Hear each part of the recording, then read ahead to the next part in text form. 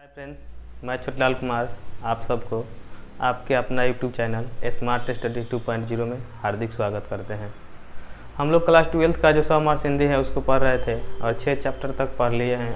आज इस वीडियो में हम लोग 7वां चैप्टर का जो भी सब्जेक्टिव क्वेश्चन आंसर होगा उसको करने का प्रयास करेंगे।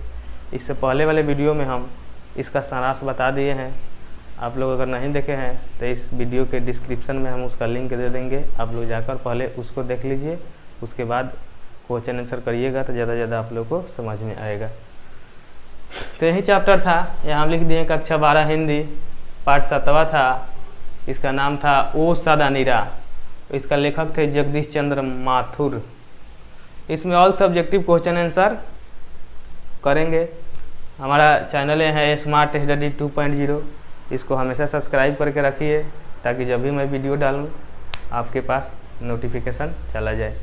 तो यह एक निबंध था और इसमें हम बताए थे कि इससे अगले वाले वीडियो में कि लेखक ने इस पाठ में बिहार के चंपारण में बहने वाली गंडक नदी, उसके किनारों पर बिखरी संस्कृति, चंपारण के नीलहे किसानों पर अंग्रेजों द्वारा किया गया अत्याचार तथा अनेक प्रकार के जो भी वहाँ क्रांतिकारी आए, लड़े और वहाँ रह गए, उनकी संस्कृति के बारे में वर्णन किया गया है।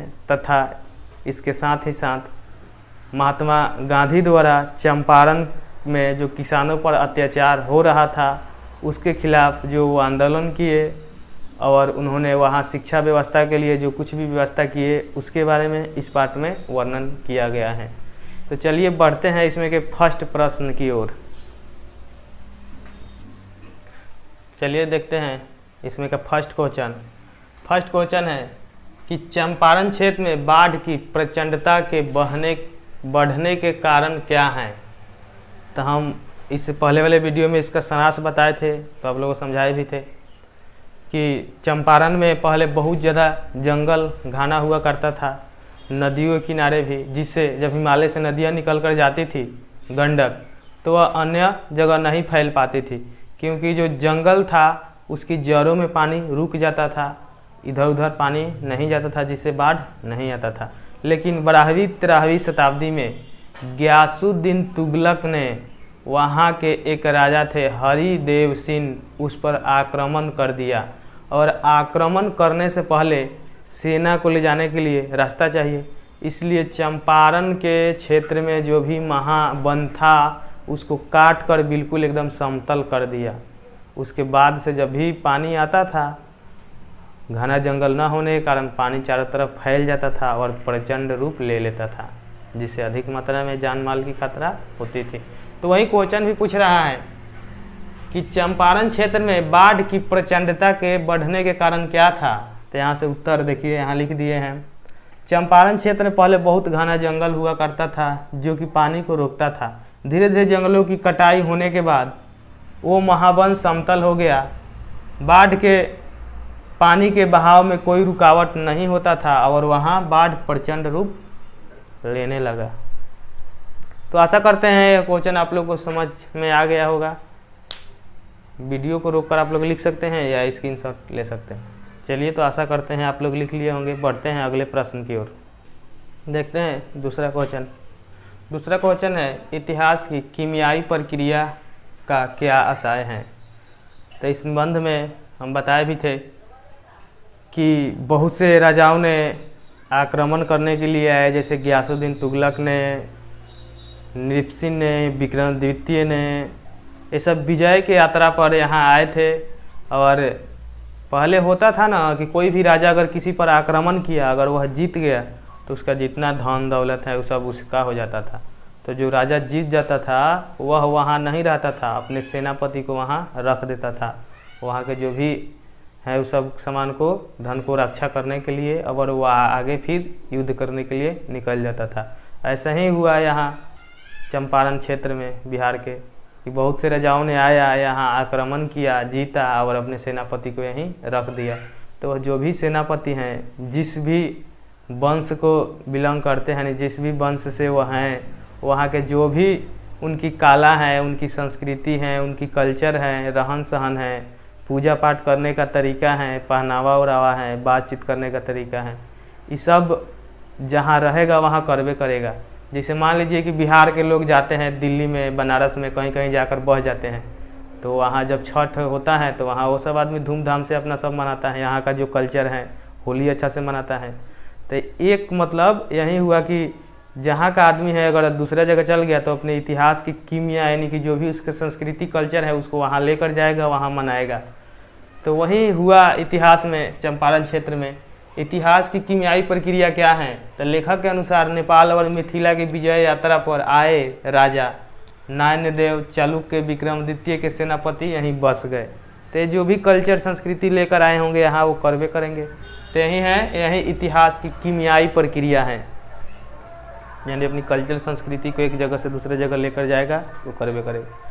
चलिए, तो आप लोग वीडियो रोक कर लिख लीजिए या स्क्रीनशॉट ले लीजिए, हम हट जा रहे हैं। चलिए देखते हैं अगला प्रश्न। 3 नंबर क्वेश्चन है कि धांगर शब्द का अर्थ क्या है, यानी कि धांगर शब्द का अर्थ क्या होता है। तो हम इस निबंध में बताए भी थे कि इस निबंध में चंपारण का क्षेत्र है, वहाँ पर जो भी किसानों पर अंग्रेजों द्वारा अत्याचार किया जा रहा था उसका भी वर्णन किया गया है। तो उसी के वर्णन करते हुए लेखक ने यह उस निबंध में बताया है कि अंग्रेजों ने नील की खेती कराने के लिए दूसरे जगह से मजदूर को भाड़े पर लेकर आते थे कि नील की खेती करने के लिए। तो यही एक छोटा नागपुर है, उसी के पठार से आदिवासियों के कुछ वंशजों को यहाँ चंपारण में लाए थे नील की खेती करने के लिए। वही एक उरांव भाषा होता है, जैसे हिंदी, भोजपुरी, मराठी, गुजराती इसी तरह होता है ना।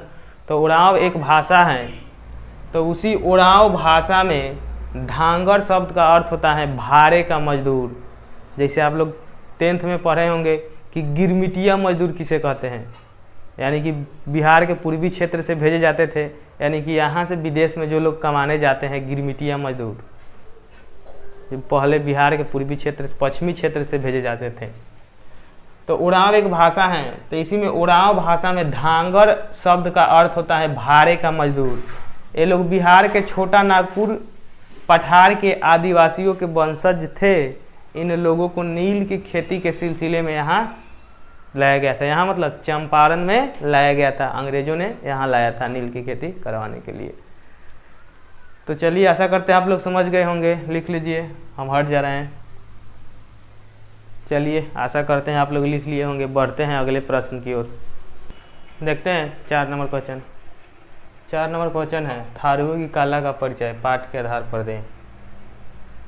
तो इसमें लेखक ने बताया है कि अनेक प्रकार के क्रांतिकारियों ने आया यहाँ आक्रमण किया और उनके सेनापति यहीं पे रह गए, और अनेक प्रकार के वहाँ के जातियों का भी वर्णन किया गया है, जैसे थारू, मुंडा इत्यादि अनेक प्रकार के जाति होते थे।